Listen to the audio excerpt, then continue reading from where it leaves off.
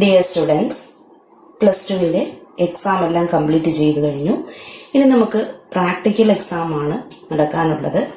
അപ്പോൾ പ്രാക്ടിക്കലിന്റെ ചെറിയ കുറച്ച് വീഡിയോസ് ഓൾറെഡി ഇട്ടിട്ടുണ്ട്. അപ്പോൾ നിങ്ങൾ അതെല്ലാം തീർച്ചയായിട്ടും കാണുക. അതെങ്ങനെയാണ് എഴുതുന്നത് എന്ന് കൂടി പഠിച്ചിരിക്കണം. അപ്പോൾ നമ്മുടെ എക്സാമിന് നമുക്ക് പ്രാക്ടിക്കൽ റിലേറ്റഡ് ആയിട്ട് ചോദിക്കുന്നത് ഒരു സോൾട്ട് കാണും.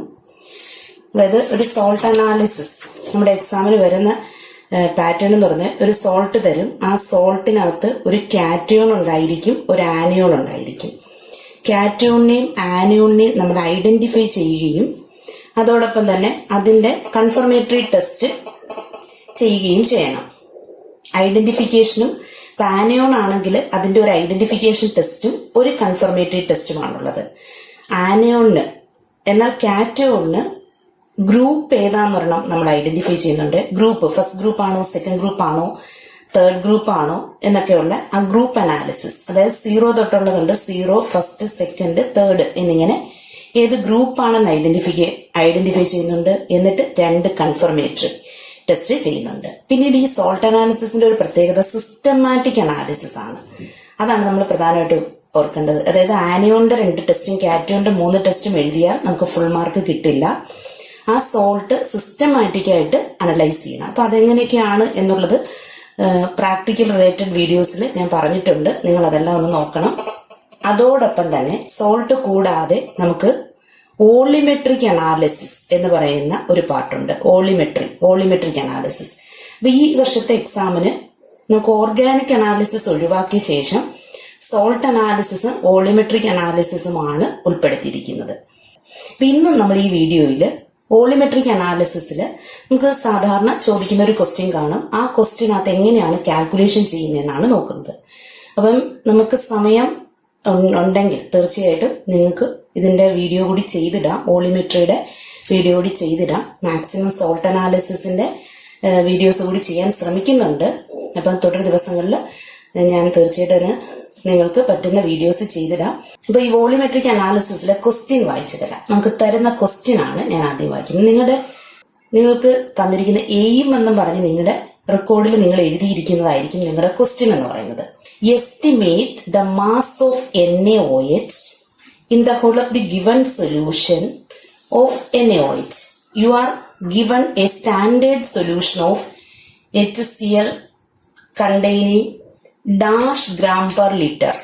അപ്പൊ ക്വസ്റ്റ്യൻ എന്ന് പറയുന്നത് ഇവിടെ ഒരു ബേസിന്റെ എസ്റ്റിമേഷൻ ആണ് ചോദിച്ചിരിക്കുന്നത്. ബേസ് എന്ന് പറയുന്നത് ഇവിടുത്തെ ഞാൻ തന്നിരിക്കുന്ന NaOH ആണ്. ബേസ് എന്ന് പറയുമ്പോൾ നിങ്ങൾക്ക് NaOH തന്നെ ആകണമെന്നില്ല. Na2CO3 സോഡിയം കാർബണേറ്റ് ക്വസ്റ്റ്യനിൽ തരാം. KOH പൊട്ടാസ്യം ഹൈഡ്രോക്സൈഡ് തരാം.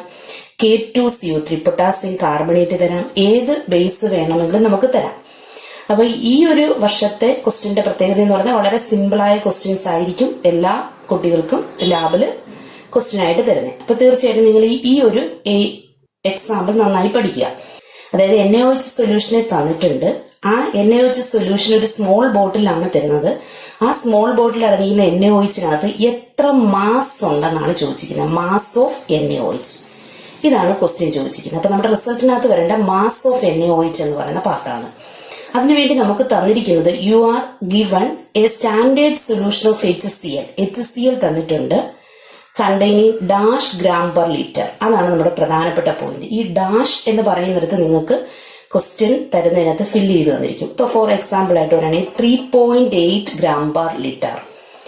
ഈ ഒരു കാര്യം നമ്മൾ മസ്റ്റ് ആയിട്ട് ഓർത്തിരിക്കണം. ഈ ക്വസ്റ്റ്യനിൽ അത് ആ വെയിറ്റ് പെർ ലിറ്റർ നമുക്കുണ്ടായിരിക്കണം.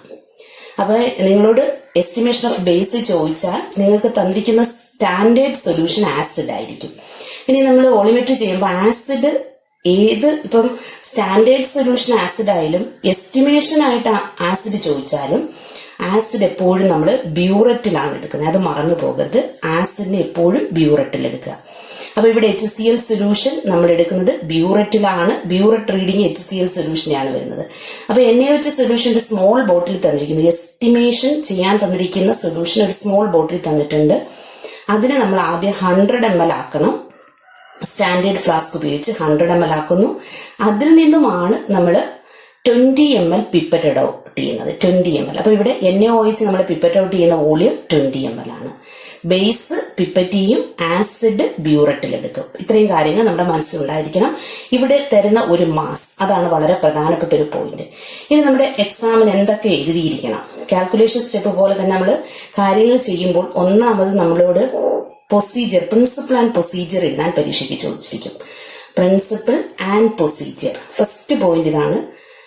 ഇത് രണ്ടും നമ്മളോട് എഴുതാൻ ചോദിക്കുന്നതാണ്. ക്വസ്റ്റ്യൻ നമുക്ക് തന്നിരിക്കും. ഇപ്പൊ ഞാൻ ഒരു ക്വസ്റ്റ്യൻ വായിച്ചല്ലോ, എയിം എന്ന് പറഞ്ഞ് വായിച്ച ഈ ഒരു ക്വസ്റ്റ്യൻ നമുക്ക് ഇവിടുത്തെ wait per litre 3.8 gram per litre, ഞാനൊരു എക്സാമ്പിൾ എടുത്തതാണ്. അപ്പൊ ആ അത്രയും പോയിന്റ്സ് ക്വസ്റ്റ്യൻ തന്നിട്ട് നിങ്ങളോട് പ്രിൻസിപ്പിൾ ആൻഡ് പ്രൊസീജിയർ എഴുതാൻ ചോദിക്കും. അപ്പൊ പ്രിൻസിപ്പിൾ ആൻഡ് പ്രൊസീജിയർ എന്ന് പറയുമ്പോൾ, പ്രിൻസിപ്പിൾ എന്ന് പറയുന്നത് അതിന്റെ ഇക്വേഷൻ ആണ് എഴുതേണ്ടത്.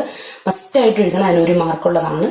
ഇവിടെ എടുത്തേക്കുന്ന NaOH HCl ആണ്. അവർ തമ്മിലുള്ള റിയാക്ഷൻ ആണ് എഴുതേണ്ടത്. NaOH plus HCl gives NaCl plus H2O. ഈ ഇക്വേഷൻ ആണ് നമുക്ക് 1 മാർക്ക് കിട്ടുന്നത്. തീർച്ചയായിട്ടും നിങ്ങൾ ഇത് പഠിച്ചുകൊണ്ട് പോകണം. Estimation of NaOH using HCl solution ആണെങ്കിൽ ഇതായിരിക്കും. ഇതുപോലുള്ള മറ്റുള്ള വോളിമെട്രിക് അനാലിസിസിന്റെ ഇക്വേഷൻ കൂടി പഠിക്കുക. അസിഡിമെട്രിയും ആൽക്കലിമെട്രിയിലുള്ള ഇക്വേഷൻസ് ഒക്കെ പഠിച്ചുകൊണ്ട് പോവുക.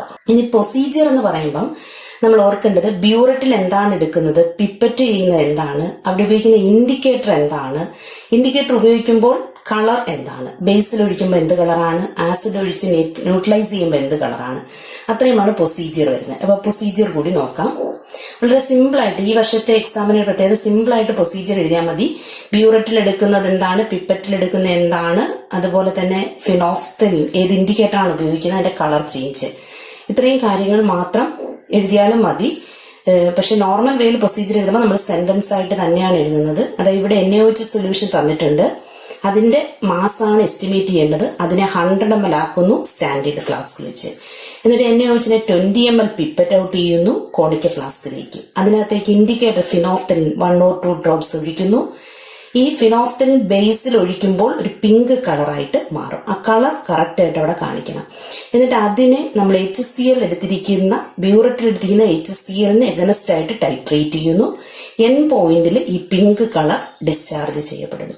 പിന്നെ ഈ എക്സ്പെരിമെന്റ് റിപ്പീറ്റ് ചെയ്യുന്നു ഫോർ കൺകോർഡന്റ് വാല്യൂസ് എന്ന് വെച്ചാൽ ഒരുപോലുള്ള വാല്യൂസ്, അടുത്തടുത്തുള്ള വാല്യൂസ് ഒരുപോലുള്ളത് കിട്ടണം.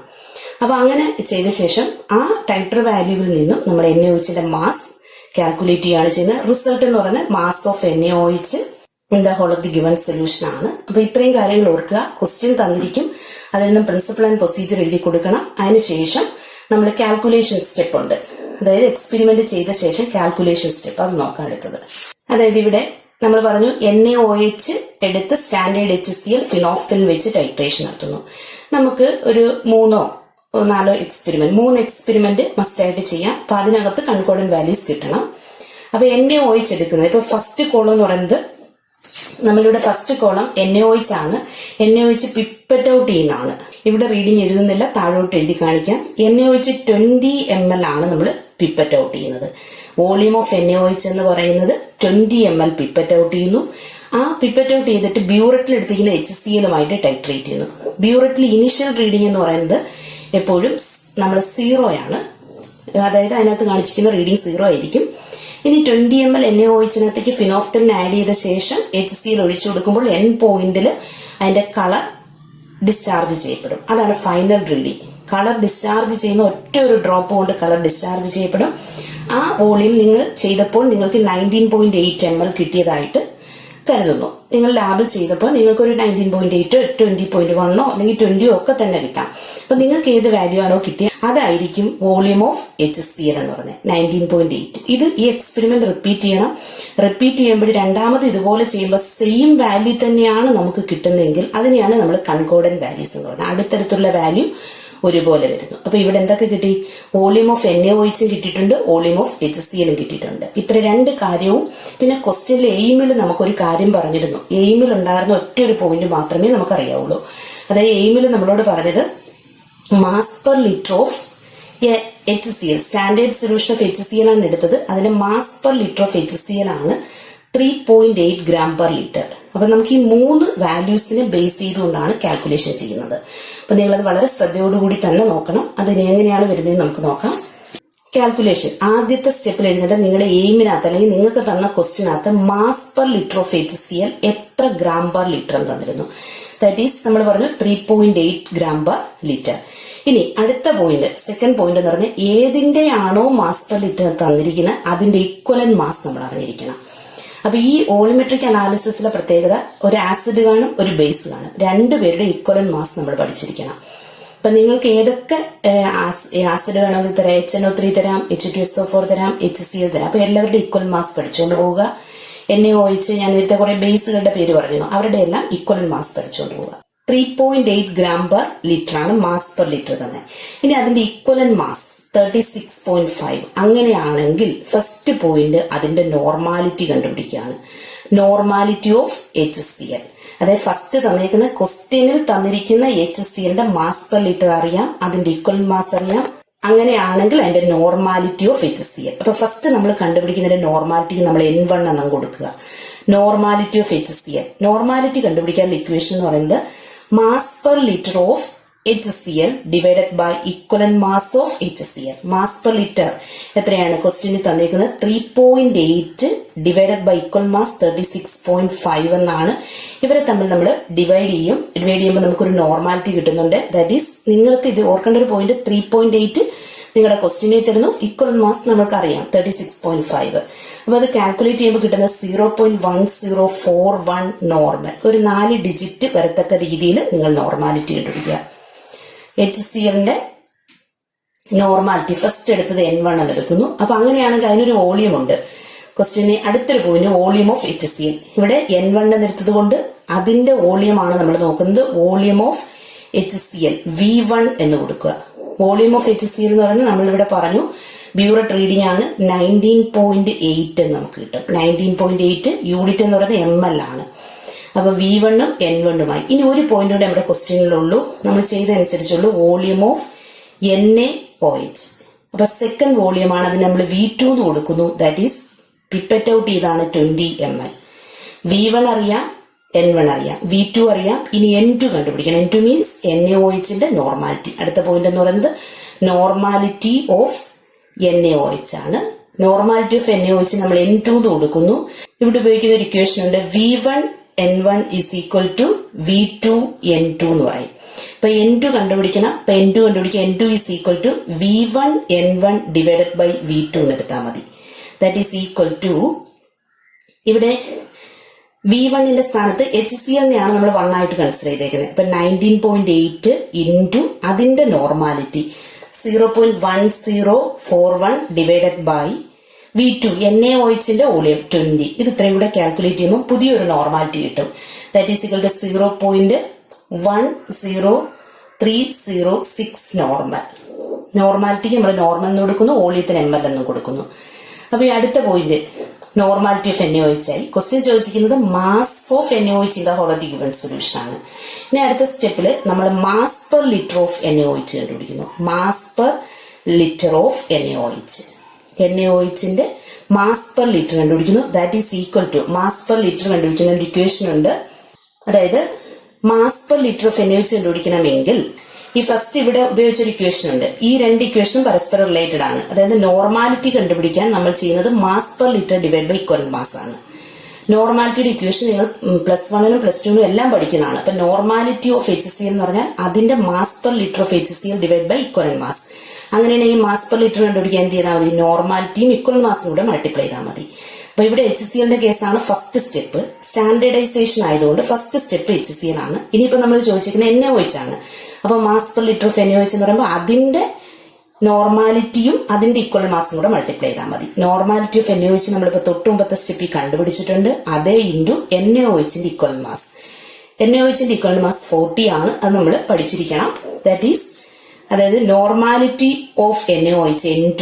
നോർമാലിറ്റി ഓഫ് NaOH നമ്മൾ N2 എന്നാണ് എടുത്തേക്കുന്നത്. N2 ഇൻറ്റു അതിന്റെ equal mass 40. That is 0.10306 into 40. That is equal to 4.1224. ഇത്രയും ഗ്രാം പെർ ലിറ്റർ ആണ്. മാസ് പെർ ലിറ്റർ ആണ് കണ്ടുപിടിച്ചിരിക്കുന്നത്, ഗ്രാം പെർ ലിറ്റർ. ക്വസ്റ്റ്യനിൽ ചോദിച്ചിരിക്കുന്നത് mass of NaOH in the whole of the given solution ആണ്. അപ്പൊ അതാണ് ലാസ്റ്റ് സ്റ്റെപ്പ്, നമ്മുടെ result. Mass of NaOH in the whole of the given solution.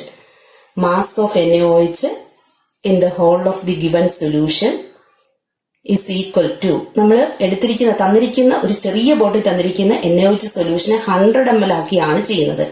അതുകൊണ്ട് ഈ കിട്ടിയിരിക്കുന്ന വാല്യൂവിനെ നമ്മൾ എന്ത് ചെയ്യും, 10 കൊണ്ട് ഡിവൈഡ് ചെയ്യും, 10 കൊണ്ട് ഡിവൈഡ് ചെയ്യും. That is equal to 0.41224. ഇത്രയും ഗ്രാം ആയിരിക്കും നിങ്ങൾക്ക് തന്നിരിക്കുന്ന NaOHന്റെ മാസ് എന്ന് പറയുന്നത്. അപ്പൊ ഈ മാസ് പെർ ലിറ്റർ കിട്ടിയതിനെ 10 കൊണ്ട് ഡിവൈഡ് ചെയ്യുക, അത്രയും ഗ്രാം ആയിരിക്കും.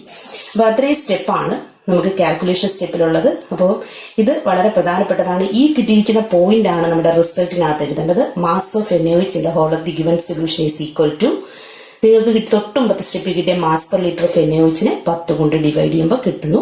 അത് എത്ര മാസ് ആയതുകൊണ്ട് ഗ്രാമിൽ കൊടുക്കുക. അപ്പൊ ഇവിടെ മെയിൻ ആയിട്ട് ഓർത്തിരിക്കേണ്ടത് ക്വസ്റ്റ്യനിലൊരു മാസ് പെർ ലിറ്റർ തന്നിരിക്കും. അവിടെ അത് എന്താണോ അതിനെയാണ് നമ്മൾ ആദ്യം എഴുതേണ്ടത്. അപ്പൊ തൊട്ടടുത്ത സ്റ്റെപ്പിൽ അതിന്റെ ഈക്വൽ മാസ് എഴുതണം. അവരെ തമ്മിൽ ഡിവൈഡ് ചെയ്യുമ്പോൾ അതിന്റെ നോർമാലിറ്റി കിട്ടുന്നു, അതിന് 1 എന്ന് കൊടുത്തുകൊണ്ട് എടുക്കുക, N1. അങ്ങനെയാണെങ്കിൽ അതിന്റെ വോളിയം V1. ദെൻ വേറൊരു വോളിയം കൂടെ നമ്മുടെ ക്വസ്റ്റ്യനിലേക്കാണ്. 2 വോളിയം നമുക്ക് ഒബ്സർവേഷനകത്ത് കിട്ടുന്നുണ്ട്. ഇപ്പൊ സെക്കൻഡ് വോളിയം ഇവിടെ NaOH ആയതുകൊണ്ട് V2 എന്ന് കൊടുത്തു. NaOH പിപ്പറ്റ് ചെയ്യുന്നു, അതുകൊണ്ടാണ് അവിടെ 20 വന്നേക്കുന്നത്. അപ്പൊ ആ നോർമാലിറ്റി N1 V1 V2 ഇത്രയും അറിയെങ്കിൽ N2 കാൽക്കുലേറ്റ് ചെയ്യാം. N1 V1 is equal to N2 V2. അവിടെ ഉപയോഗിക്കുന്ന equation N1 V1 is equal to N2 V2. Then അതിൽ നിന്ന് കിട്ടുന്ന ആ N2 കിട്ടിക്കഴിഞ്ഞാൽ അതിന്റെ ഇക്വലന്റ് മാസ് കൊണ്ട് മൾട്ടിപ്ലൈ ചെയ്യുമ്പോൾ mass per litre of NaOH കിട്ടും. അപ്പൊ ഇവിടെ 2 ഇക്വേഷൻ നമ്മൾ ഉപയോഗിച്ചിട്ടുള്ളൂ. അതായത് ഒന്നെന്ന് പറയുന്നത് നോർമാലിറ്റി കണ്ടുപിടിക്കാൻ ഈ ഉപയോഗിച്ചിരിക്കുന്ന ഇക്വേഷൻ. നോർമാലിറ്റി കണ്ടുപിടിക്കാൻ mass per litre divide by equivalent mass. തിരിച്ച് മാസ് പെർ ലിറ്റർ ആണ് ചോദിക്കുന്നതെങ്കിൽ normality into equivalent mass. Then N1 V1 is equal to N2 V2. അപ്പൊ ആ 40 കൊണ്ട് മൾട്ടിപ്ലൈ ചെയ്ത് കിട്ടുന്നത് മാസ് പെർ ലിറ്റർ ആണ്. അതിൽ നിന്ന് mass of NaOH in the whole of the given solution കണ്ടുപിടിക്കാൻ നമ്മൾ ആ കിട്ടിയ മാസ് പെർ ലിറ്ററിനെ 10 കൊണ്ട് ഡിവൈഡ് ചെയ്യുന്നു. കാരണം 100 ആയിട്ടാണ് മേക്കപ്പ് ചെയ്യുന്നത്, അതുകൊണ്ട് 10 കൊണ്ട് ഡിവൈഡ് ചെയ്യുന്നു. ആ കിട്ടുന്ന അത്രയും ഗ്രാം, യൂണിറ്റ് ഗ്രാം ആയിരുന്നു. ഇത്രയും കാര്യങ്ങളാണ് ജനറലി നമ്മൾ അറിഞ്ഞിരിക്കേണ്ടത്. അപ്പം നിങ്ങൾക്ക് ഏത് ക്വസ്റ്റ്യൻ ആണെന്ന് അനുസരിച്ച് നിങ്ങൾ ആൻസർ ചെയ്യുക. അപ്പൊ നിങ്ങൾക്ക് കിട്ടിയേക്കുന്ന വാല്യൂസിനെ ഇട്ട് തന്നെ ചെയ്യുക.